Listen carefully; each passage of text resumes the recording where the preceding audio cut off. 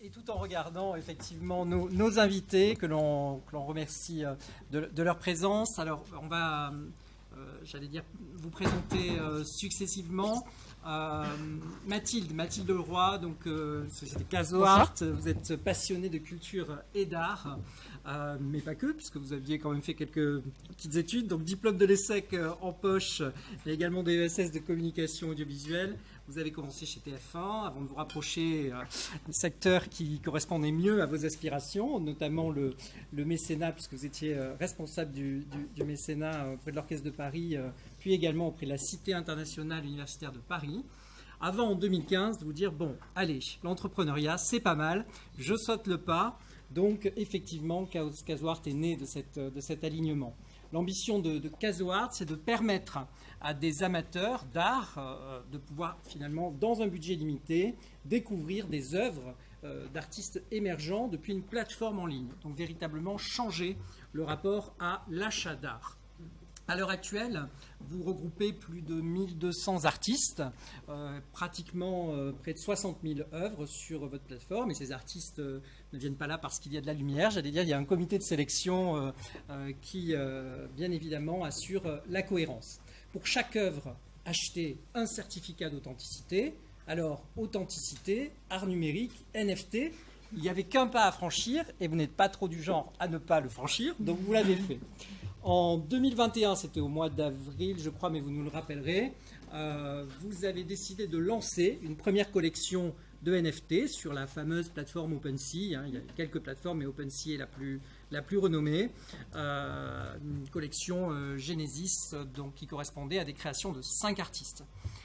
Alors, vous allez nous en dire plus. L'art a été un des secteurs les plus pionniers, j'allais dire, pour l'application des NFT. Et ça n'est sans doute pas par hasard. Est-ce que vous pouvez nous donner un petit peu le contexte de cette Oui, rencontre? absolument. Alors effectivement, je pense qu'un des moments clés où le grand public a commencé à entendre, et la presse, etc., s'est vraiment emparé du sujet NFT et tout le monde s'est approprié ce sujet, je crois que c'est quand même au moment de la vente, effectivement, de l'œuvre de Beeple qui a été présentée par Christie's à 69 millions de dollars. C'est, je crois, la 3e œuvre d'art la plus chère de l'histoire des ventes aux enchères. Et en plus vendue par une maison quand même très séculaire. Donc c'était l'entrée fracassante des NFT dans le monde, dans le monde, notre monde à nous, quoi, j'ai envie de dire. Et moi aussi, ça m'a profondément marqué. Donc c'est effectivement, alors on m'en parlait, je recevais énormément d'informations avant ça, mais là, je me suis dit, ouais, je suis pas la seule. Il y a vraiment quelque chose à faire. Enfin, nous, chez Casoart, finalement, on vend depuis le début des œuvres physiques, mais on le fait via le web, ce qui est un challenge, parce qu'on doit expédier des œuvres qui sont réellement dans des ateliers d'un point A à un point B partout dans le monde. Donc, un de nos métiers, c'est de faire de la logistique, objectivement. Mais on a toujours cherché à accélérer cette digitalisation. Parce que à la base, nous, on vend quand même des œuvres à partir de leur image numérique. Les gens, ils ne la voient que depuis un site internet. Donc finalement, le NFT, j'allais dire que c'était très naturel de s'y intéresser vu le métier qu'on faisait. Voilà. Mais juste voilà. Enfin, okay. Alors, en tant que consommateur, j'allais dire passionné d'art, ou consommateur, mais on consomme aussi de l'art, effectivement. Comment on fait pour s'y retrouver entre des CryptoPunks, des board art qui ressemblent pour nous quand même plus à des stickers de la cour de récré, qui se vendent pourtant entre quelques centaines de milliers de dollars et quelques millions de dollars. Comment on fait pour distinguer ces objets numériques nouveaux de vrais crypto-artistes qui ne font que finalement récolter les fruits d'une forme de vision qu'ils avaient de nouveaux débouchés? Oui, merci pour cette question, parce qu'effectivement, je voulais faire une précision, parce que j'ai vu lors des présentations, on est passé très vite sur l'art, et il a été mis à un moment dans la même catégorie, effectivement, que ce qu'on appelle les collectibles, les PFPs, donc tout ce qui a défrayé la chronique, les Bored Apes, les CryptoPunks, etc., qui ont été créés quand même par des gens qui ont dessiné ces Bored Apes, donc je ne vais pas dire que ce n'est pas des artistes, mais la finalité n'est pas du tout la même que ce qu'on appelle le crypto-art. qui est un vrai courant artistique qui s'est développé au cours de ces dernières années. Faut savoir que l'art numérique existe depuis les années 60 en gros, mais qu'il avait beaucoup de mal à exister de par l'impossibilité d'avoir une unicité, puisque évidemment c'était des fichiers numériques, des vidéos qui étaient difficilement authentifiables. Et donc la technologie NFT, tout ce qu'on vous a présenté précédemment, vous fait comprendre qu'on peut authentifier un objet numérique et donc de l'art numérique. Et ça a été vraiment un engouement depuis plusieurs années maintenant d'un vrai courant artistique de crypto-art avec des artistes qui font des créations absolument magnifiques. Alors, c'est pas que esthétique, puisque ça utilise aussi la techno. L'art numérique peut aller utiliser de l'intelligence artificielle. Voilà, donc il y a c'est ça, parce qu'on n'est pas nécessairement sur des images qui soient des images fixes. Il y a aussi d'autres possibilités. Absolument, voilà. D'images animées, voire même d'images intelligentes qui vont chercher des datas. En fait, la créativité des artistes est sans limite. Des artistes qui s'emparent, qui sont à la fois technophiles et créateurs, et qui utilisent la techno pour faire des créations qui sont aussi intellectuellement très intéressantes, qui vont permettre par exemple d'acheter un NFT qui va pouvoir se transformer au gré du mouvement des planètes, de la météo, et que l'acheteur ou une communauté d'acheteurs, puisqu'on peut acheter des NFT à plusieurs comme vous l'avez vu, va pouvoir décider dans une DAO, donc dans voter tous les jours par exemple pour décider de la couleur de l'œuvre. Enfin, je dis un exemple, mais voilà, il y a des choses assez ludiques autour de ça. Et pour dire qu'il y a vraiment des artistes qui se définissent comme crypto-artistes et qui, pour certains, moi j'en connais, qui avaient beaucoup de mal à percer dans l'art physique et qui ont absolument percé dans ce courant artistique. Donc moi je revendique vraiment ce courant bien au-delà de tout ce qui est spéculatif. Voilà. Pour un artiste, qu'est-ce que les NFT finalement vont vraiment changer, apporter par rapport à la manière traditionnelle de commercialiser une œuvre, de contracter avec une galerie? Quels horizons nouveaux ça ouvre aujourd'hui? En fait, alors, on touche à tous les cas d'usage qu'on a pu voir, mais dans le domaine de l'art, on a parlé des films, on a parlé de la musique, mais finalement pour les créateurs picturaux ou les créateurs de NFT, picturaux, ouais, on peut dire, il y a toute cette dimension de royalties et de sécurité pour les ayants droit. Une des grosses applications pour les artistes qui vont vendre des NFT picturaux, du crypto-art, on va dire, c'est de sécuriser dans le smart contract des royalties qui vont s'appliquer à chaque vente successive de ces NFT. Et ça, c'est ce qu'on appelle le droit de suite en art, qui a cours en France, mais qui a parfois du mal à s'appliquer, parce que vous imaginez bien que des œuvres physiques, c'est parfois très difficile pour un artiste de tracer son évolution au cours du temps, quand il y a plusieurs ventes successives. Alors pour des très grands artistes, c'est très bien documenté, etc. Mais pour des artistes un peu moins pignon sur rue, c'est très difficile de suivre le parcours. Et donc ce droit de suite, il a du mal à s'appliquer. Et là, avec les royalties ancrées dans les smart contracts, ça permet aux artistes de sécuriser des revenus futurs sur toutes les ventes futures. Et en fait, dans les NFT, comme vous le savez, tout ce qui est ce qu'on appelle le marché secondaire, les marketplaces de NFT en sont remplis. C'est un peu l'une des finalités aussi des NFT, c'est d'avoir des marchés secondaires et des œuvres qui se revendent et qui gagnent en valeur, etc. Et l'artiste en plus peut suivre absolument toute l'évolution de son œuvre, au-delà de toucher des royalties, il peut savoir qui la possède quand, etc. Donc voilà. Et puis évidemment le côté certificat d'authenticité, on en a parlé pour tout un tas d'actifs dans le domaine du luxe, ça s'applique beaucoup, mais dans le domaine de l'art aussi évidemment, pour certifier des œuvres de grande valeur. Là aussi, l'utilisation d'un NFT en double numérique d'une œuvre d'art et donc certificat d'authenticité d'une œuvre physique, c'est déjà des applications qui ont cours pour des œuvres de très grande valeur. Alors la question c'est toujours de rattacher l'objet physique à son NFT. Comment fait-on ? On a vu tout à l'heure, il y avait des histoires de NFC, des puces NFC.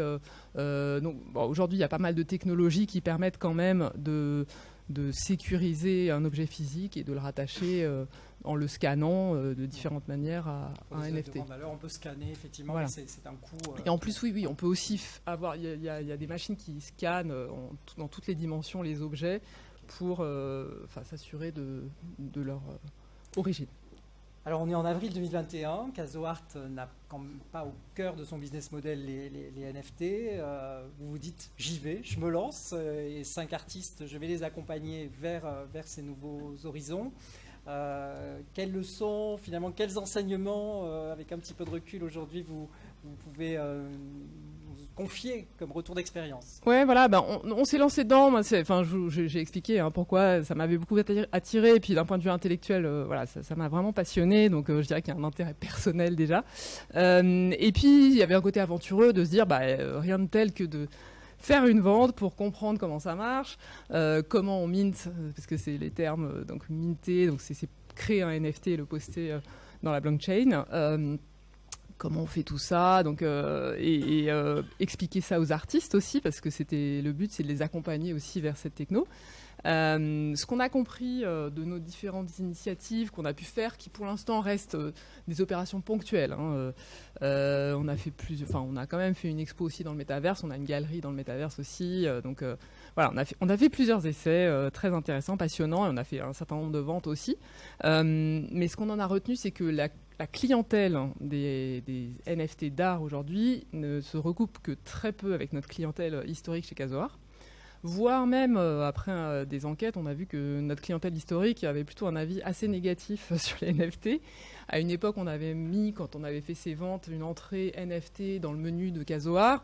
Et c'est vrai qu'on a eu des retours un petit peu mitigés, dirons-nous, de notre clientèle traditionnelle qui est assez avant-gardiste, parce qu'ils achètent quand même de l'art en ligne, mais qui n'est pas forcément hyper quand même connaisseuse. Voire même qui lisait toutes ces actus un peu effrayantes sur les NFT. Voilà.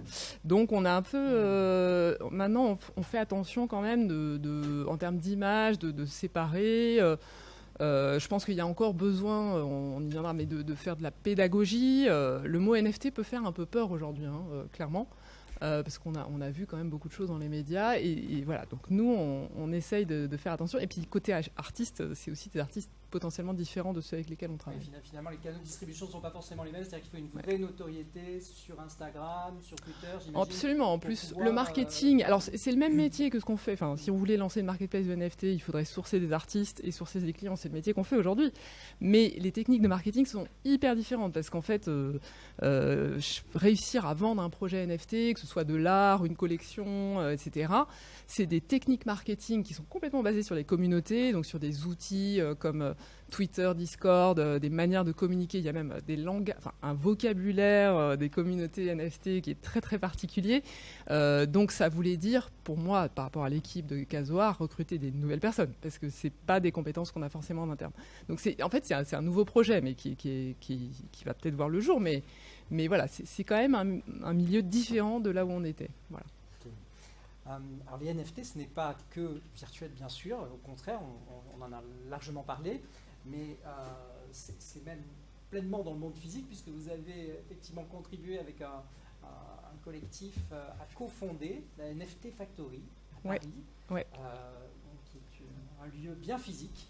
Est-ce que vous pouvez nous en dire un peu plus ? Oui, quelques mots là-dessus, effectivement. Donc, ça a été annoncé il y a un peu plus d'un mois, l'ouverture de ce lieu qui se trouve à Paris, pile en face de Beaubourg. C'est assez symbolique aussi. C'est une boutique dans laquelle on peut rentrer, où sont présentés des NFT sur écran. Donc, c'est surtout des NFT d'art, mais aussi il y a des PFP connus, etc. Et la vocation de ce lieu, qui a été cofondé effectivement par 128, donc je fais partie de ces 128 cofondateurs qui sont essentiellement des entrepreneurs français dans tous les domaines que peut porter les NFT, le Web3. Voilà, donc c'est extrêmement varié en termes de profil. Et le but, c'est vraiment de vulgariser, démocratiser et répandre la connaissance des NFT, donc avec des ateliers, de la formation pour les grands publics, mais aussi pour les corpos, des tas d'événements, et puis montrer que les NFT, ça peut être assez simple, on peut rentrer et apprendre à se créer un wallet. Et puis il y a une dimension lobbying aussi, parce que voilà. Ok.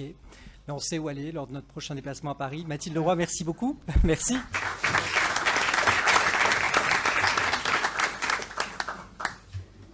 Bien, nous allons passer à notre prochain intervenant, donc Clément Berger-Lefranc. Vous êtes le président et le cofondateur d'Honest, qui propose des solutions de traçabilité NFT blockchain, donc appliquées à la logistique, à l'industrie et au retail. Vous êtes un ancien étudiant de l'Université de Bordeaux, notamment de l'IAE, puisque vous avez été diplômé en marketing, vente et commerce international. Vous avez créé, en parallèle de vos études, donc vous étiez déjà très motivé dans l'entrepreneuriat, puis dirigé pendant 4 ans donc une filiale française d'un groupe de conseil et de formation en gestion d'équipe et conduite de changement. Vous avez rejoint par la suite un éditeur majeur du logiciel d'assurance pour assurer son développement commercial, son marketing, sa communication et ses partenariats stratégiques. Convaincu du potentiel de la blockchain dès 2014 exactement, vous avez investi le milieu et puis vous avez conseillé les COMEX sur l'approche de la blockchain. Vous avez créé une première société sur la gestion de données décentralisées en crypto avec Quentin Debauchène, qui est un crypto-enthousiaste, c'est ça, et qui est à l'origine de la première communauté francophone sur les crypto-monnaies. Donc vous avez ensuite cofondé donc Honest en 2017, qui applique donc la mécanique du consensus blockchain au monde de la logistique, puis Owalt en 2022 pour démocratiser l'utilisation des NFT au grand public. Donc aujourd'hui, votre société a de nombreux clients issus d'univers divers comme le Cdiscount, Métro, Orange, Bouygues Télécom, la SNCF ou encore Saint-Laurent. Et je sais aussi que vous avez eu de multiples prix. Vous avez gagné le coup de cœur du jury des prix de l'innovation de la SITL en 2018 et le prix de la transformation au trophée LSA Retail Tech Live. Donc félicitations pour ces prix. J'ai quelques petites questions, notamment sur cette chaîne logistique. Qu'est-ce qu'apporte la NFT réellement de différenciant par rapport à une chaîne logistique classique? Comment, on va dire, ça va permettre de transférer la responsabilité et quel est vraiment l'intérêt du NFT dans cette chaîne logistique? Merci beaucoup, merci pour la présentation. Alors nous, particulièrement chez Honest, en fait, on utilise la blockchain de manière un peu différente. Depuis le départ, on vous parle de NFT sur ses vocations plutôt en termes de droits. J'ai des droits par rapport à ça. Nous, on a vu le scope des NFT, bien sûr dans cette dimension de droit, d'avoir des droits par rapport à quelque chose, mais aussi dans le cadre de ses obligations. Et donc, globalement, nous, on fait de la traçabilité du suivi logistique avec la blockchain, c'est-à-dire qu'en gros, on permet de transférer des NFT que personne ne veut avoir puisqu'ils portent la responsabilité du produit qui est transféré. Alors comment ça se passe? C'est très simple, en fait, pour chaque produit physique, on va créer un tracker blockchain de responsabilité. On appelle ça aujourd'hui un NFT. Quand on a commencé, il n'y avait pas du tout de terme, c'était même sur la blockchain Bitcoin, donc vous imaginez les complexités à l'époque. Mais ce qu'il faut comprendre, c'est que pour chaque objet physique, on va avoir un NFT de responsabilité. Alors ce NFT, il n'est pas physique, il est complètement digital. Il n'a pas de vocation à avoir une puce NFC ou quelque chose comme ça, parce qu'on s'est dit écologiquement, c'est quand même un peu bête de produire des choses pour en tracer d'autres. Donc il y a peut-être une manière un peu plus intelligente de faire la dynamique. Et donc pour chaque produit physique, on va créer cette responsabilité. Et à chaque fois que le produit va être transféré physiquement entre deux personnes, eh bien les personnes vont se transférer le NFT de responsabilité. Ils ne le font pas pour les beaux yeux d'Honest ou pour nos clients, Cdiscount ou tout ça. Ils le font simplement par une mécanique très importante qui a été parlé tout à l'heure, la mécanique de consensus, mais ils le font simplement pour se déresponsabiliser, pour refiler la patate chaude de la responsabilité. Et donc, quand vous avez n'importe quel acteur sur n'importe quel réseau logistique, qu'il soit interne ou externe, qui a un seul objectif dans sa tête, c'est d'essayer de refiler la responsabilité d'un produit qu'on lui a refilé lui-même, eh bien vous avez ces trackers de responsabilité qui se répandent, quel que soit le réseau logistique, quel que soit le parcours, pour chaque produit physique sur l'ensemble du réseau. Et là, vous avez en fait une dynamique assez énorme où vous avez l'ensemble des acteurs de votre réseau qui contribuent à la certification de l'ensemble de vos pièces, de leur état, de leur statut, quel qu'il soit, quelle que soit la personne sur l'ensemble du réseau. Et ça, concrètement, en logistique, c'est une donnée qu'on n'avait jamais eue ou qu'on avait rêvé avoir. On avait tenté de mettre des trackers géologues ou plein de choses comme ça, mais elle n'était jamais fiable.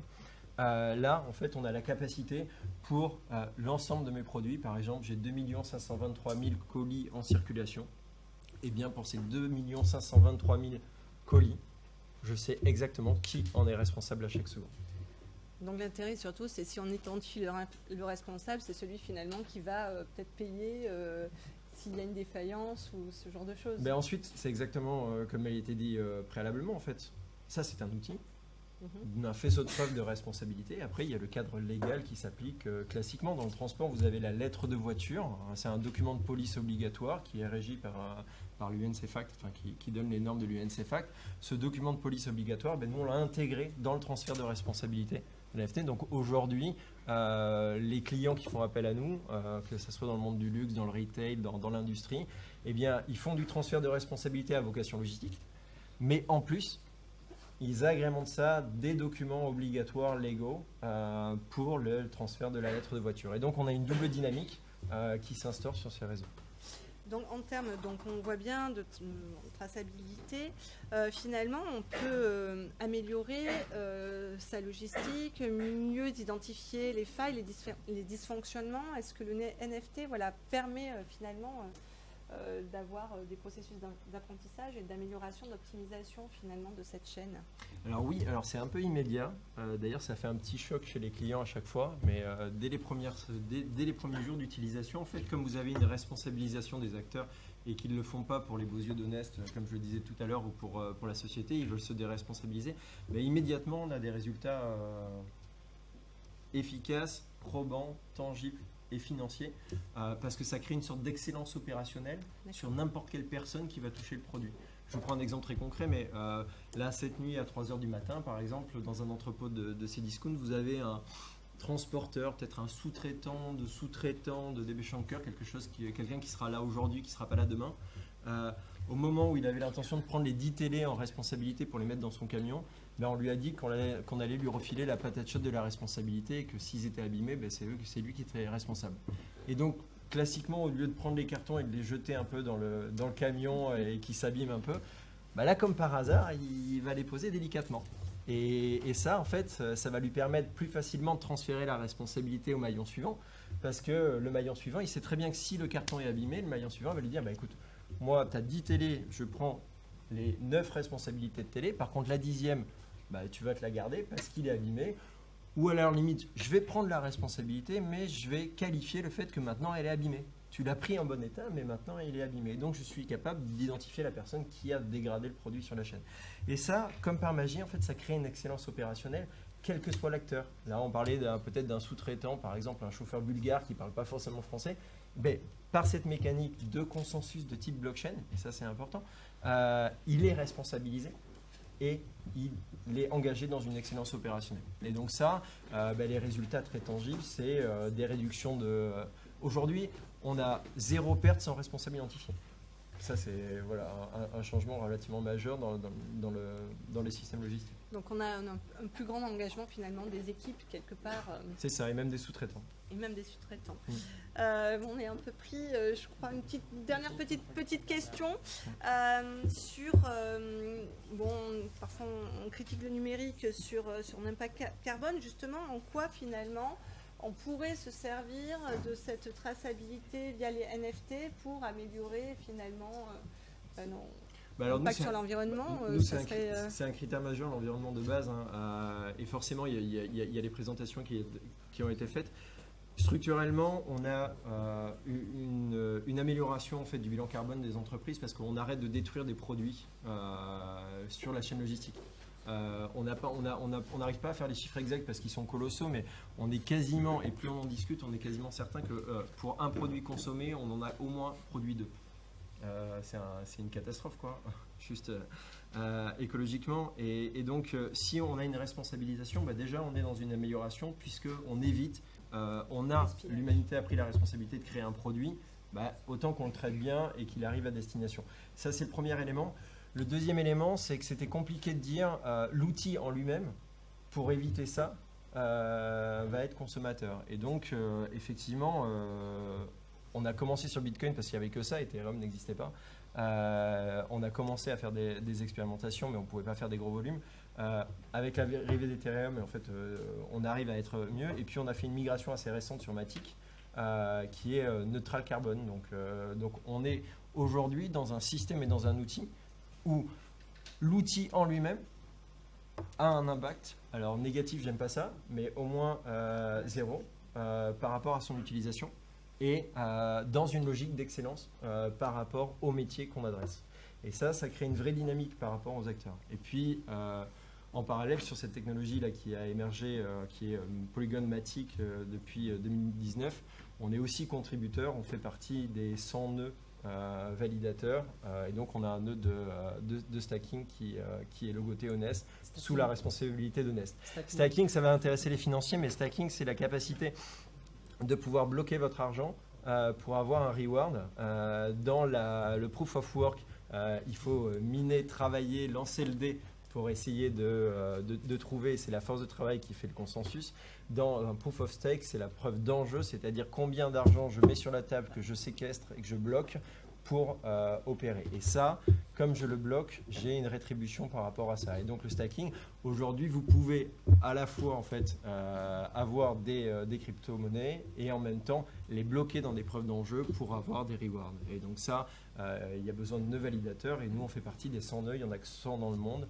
Nœuds validateurs de cette technologie.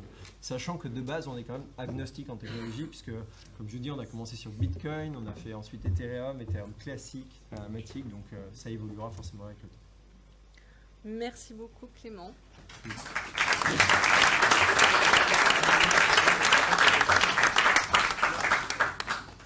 Alors, on va pouvoir enchaîner du coup sur Tony Stéphan.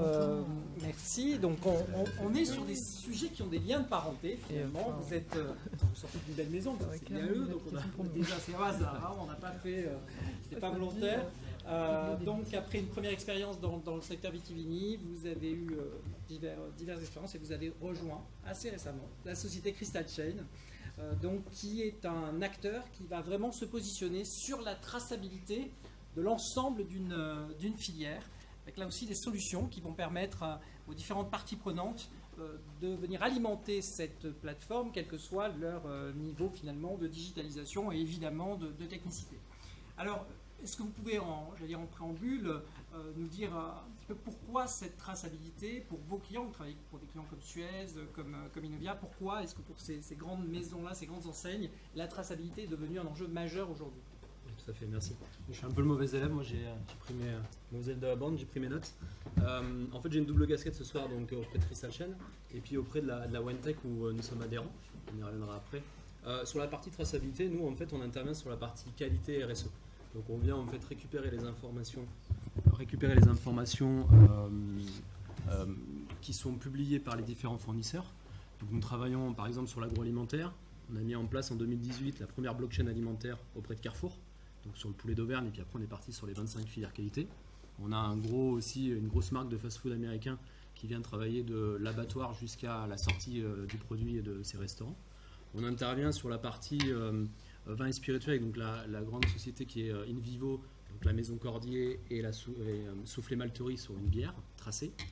On intervient sur le Modelux auprès de grandes maisons de luxe et l'économie circulaire auprès de Suez sur la traçabilité des boues. Nous, vraiment, l'intérêt, c'est de répondre à deux questions. C'est la partie réglementaire, donc mettre en conformité au niveau réglementaire les marques, et la partie protection de la marque sur des enjeux de bien-être animal, déforestation et ainsi de suite.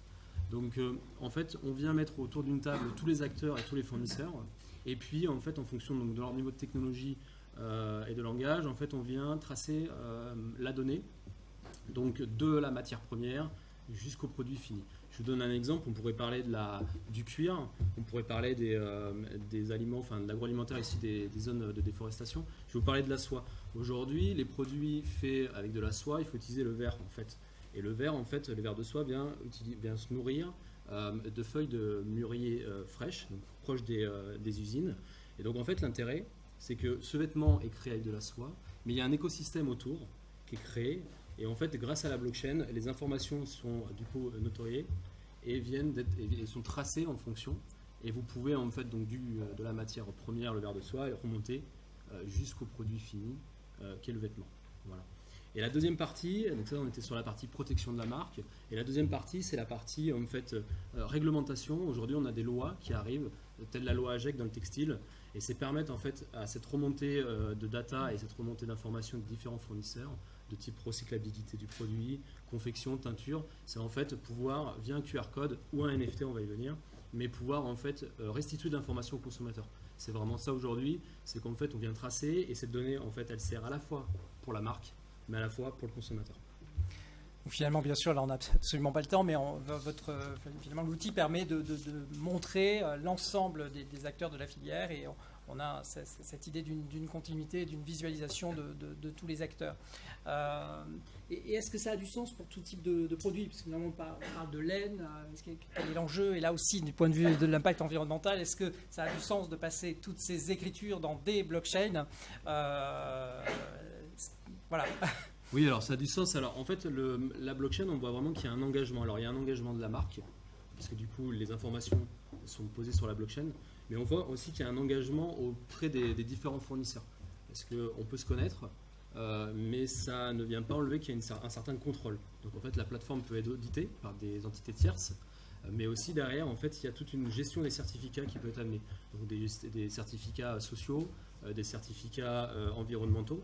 Et on le voit aujourd'hui, des pays, par exemple comme les États-Unis, sont sur des lois aujourd'hui, il y a Uyghur Forced Labor, où vous devez en fait via un certificat justifier que les vêtements ou les produits ne sont pas importés par des usines qui ont utilisé une population ou le travail des enfants. Et en fait, ils utilisent soit une tierce personne, soit la blockchain. Donc on voit qu'il y a un vrai cas d'usage en fait de mettre les informations que les marques utilisent et certifier les informations par la blockchain. Parce que directement la douane américaine en fait demande ces certifications.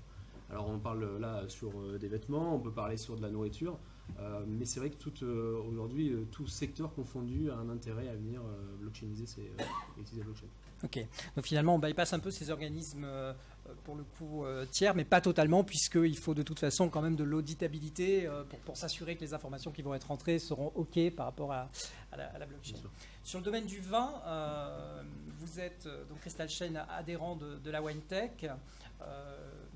Quand on a préparé cette table ronde, vous m'indiquez que vous étiez en train de travailler ensemble sur un livre blanc qui va, j'allais dire, se positionner justement sur les opportunités des NFT dans le domaine du vin, autour de différents axes. Est-ce que vous pouvez nous en dire un peu plus? Voilà, donc en fait la WineTech, c'est une association alors, du milieu de la vigne et de la viticulture française, plus de 100 adhérents. On était présent il y a 2 semaines auprès de Vinitech et on sera présent à Wine Paris en février. Donc Vinitech est axé sur la blockchain et Wine Paris sera axé sur la part des NFT.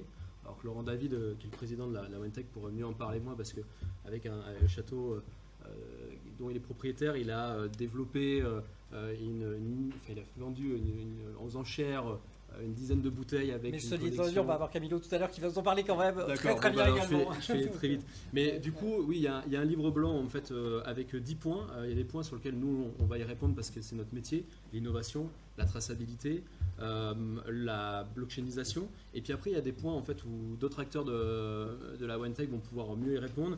Le contrôle des prix, la création de collections, donc après, avec des artistes, on va y revenir. Et puis nous, là où aussi on est, c'est le contrôle de la contrefaçon. Grâce à la blockchain, on va vraiment faire un certificat d'authenticité. On travaille avec une marque de luxe là-dessus. Très bien. Donc, écoutez, merci beaucoup. C'était très clair. Merci.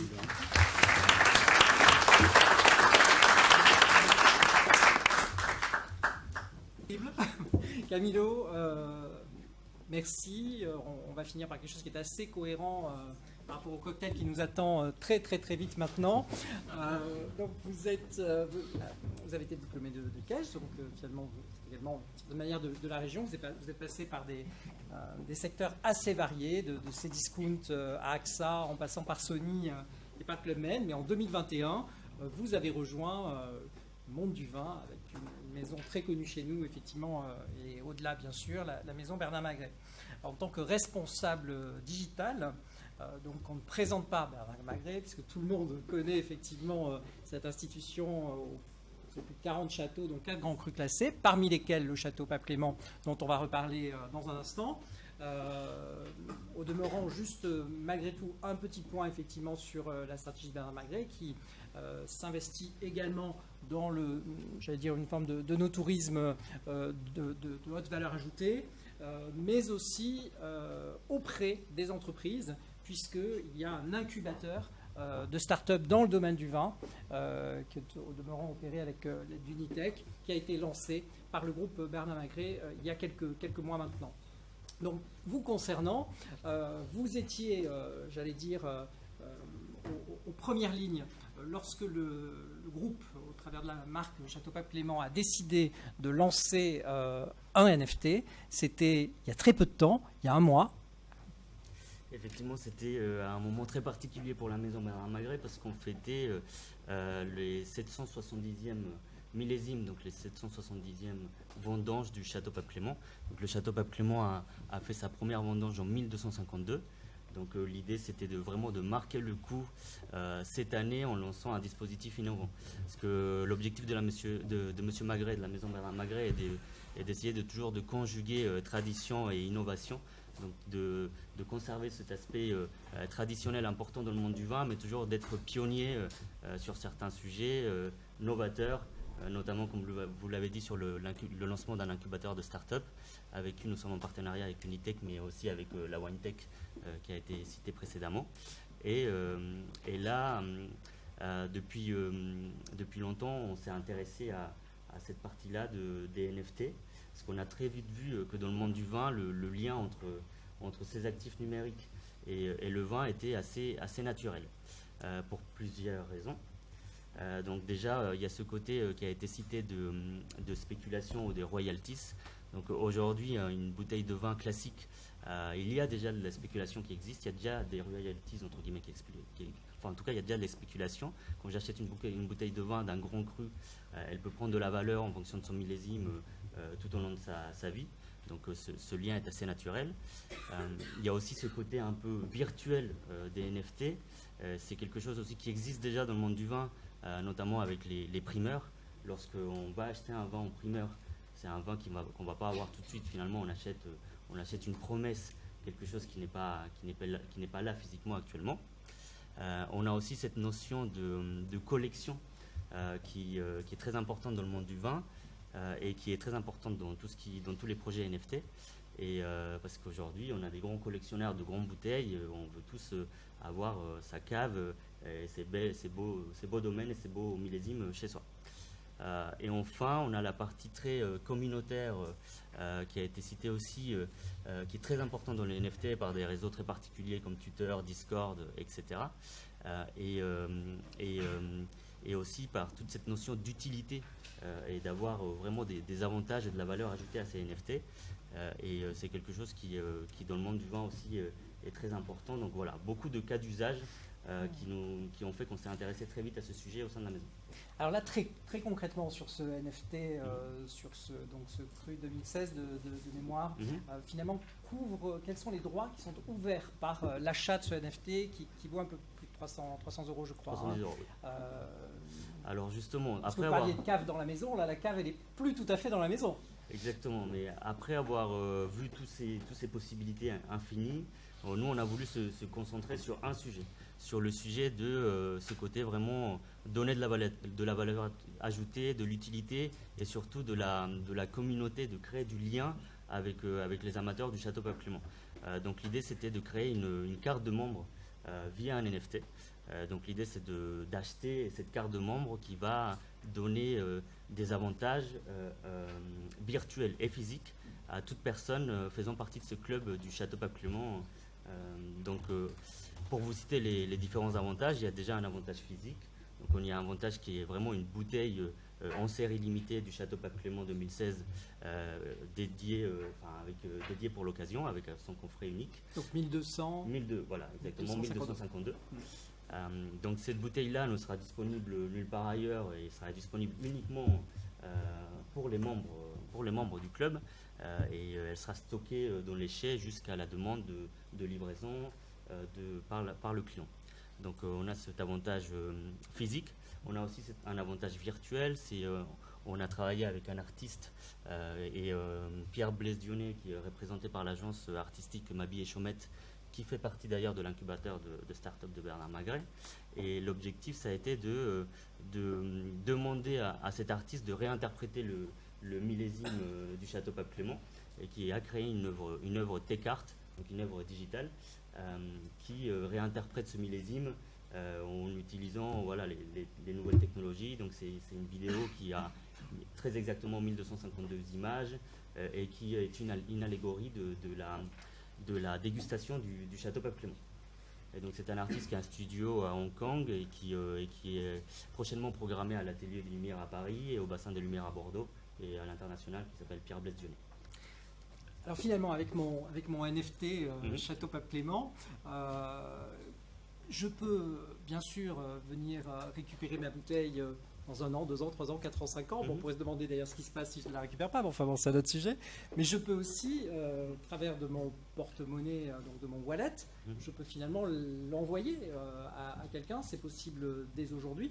Et ça veut dire que c'est cette personne qui, titulaire du NFT, pourra se présenter chez vous pour venir récupérer la bouteille. Est-ce que c'est bien cela? Alors exactement. Donc là, il y avait une problématique sur ce projet qui couvrait pas mal de choses. Donc un bien physique, mais aussi des avantages autres que j'ai pas encore cités, mais on a des accès aux expositions à l'Institut culturel en gratuité, on a des visites et dégustations gratuites, on a des événements dédiés aux membres, aux privés. Donc là récemment, pour les journées portes ouvertes par exemple, il y avait un espace réservé pour les membres du club pour venir déguster le Château Pape Clément blanc dans un espace totalement privé. Voilà, donc du coup pour pallier à ce problème d'un bien physique et d'un bien membership, d'une carte de membre, l'acheteur va obtenir 2 NFT. Et le deuxième NFT, donc le NFT bouteille, pour demander la réclamation de cet NFT, il va falloir le burn, donc le recéder, et on pourra être livré de sa bouteille. Voilà, ce qui permet d'éviter la revente de ce NFT sans la bouteille et être sûr qu'on peut revendre son NFT si on le souhaite, mais qu'il y a bien la bouteille derrière stockée dans le château. Alors pour les crypto-addicts, finalement, le fait de ne pouvoir payer qu'en monnaie fiat est quelque chose qui est un peu contre-intuitif. Pourquoi vous aviez fait ce choix d'un paiement en carte bancaire sur un NFT? Alors, effectivement, c'était un choix audacieux aussi qui nous a valu pas mal de complications et qui nous a du coup poussé à nous adosser à des acteurs très sérieux pour lancer ce projet. Donc on a travaillé avec Ariani qui est un leader de solutions Web3 et qui fait d'ailleurs partie du NFT Factory à Paris, donc pour la réalisation de ce projet. Et on a aussi travaillé avec Conhouse pour tout ce qui est cette partie paiement, parce que c'était une partie assez particulière qui demandait du coup un paiement en fiat par carte bleue. Et du coup, il fallait que dans cet objectif de transparence et d'avoir quelque chose de très sérieux, on est passé par cet acteur qui est, comme ce qui a été cité précédemment, il a eu les accords de l'AMF en tant qu'UPSAN. Voilà. Donc tout ça pour dire que voilà, l'idée c'était vraiment d'avoir un projet, parce que c'est quelque chose qui freine, je pense, aujourd'hui certains clients, que tout soit vraiment très carré, très transparent. C'était l'objectif derrière ce produit. Et pourquoi en fiat? Et pourquoi en paiement en carte bleue? Parce qu'on voulait justement ne pas entraver notre clientèle fidèle qui n'est pas forcément crypto-friendly. Et on voulait ouvrir les portes de ce monde à nos fidèles clients, donc nos amateurs de Pape Clément, et leur permettre de vraiment faire partie de ce club à travers un paiement en carte bleue. Au sein du club, il faudra aussi les initier au crypto, finalement, Exactement. pour le prochain coup. Merci beaucoup, Camilo. Merci.